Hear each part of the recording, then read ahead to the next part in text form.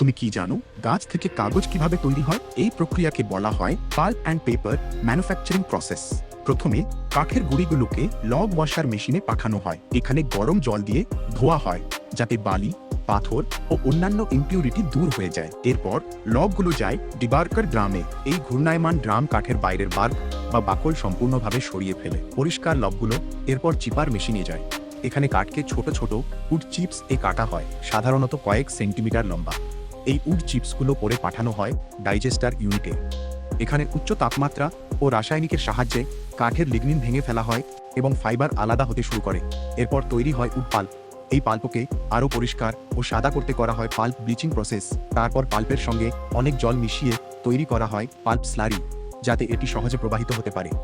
এরপর যোগ করা হয় ক্যালসিয়াম কার্বনেট, ক্লে ফিলার এবং অন্যান্য পেপার অ্যাডিটিভ। এগুলো ফাইবারের মাঝের ফাঁক পূরণ করে এবং কাগজকে আরও মসৃণ করে। সাদা রং বাড়ানোর জন্য দেয়া হয় অপটিক্যাল ব্রাইটেনিং এজেন্ট।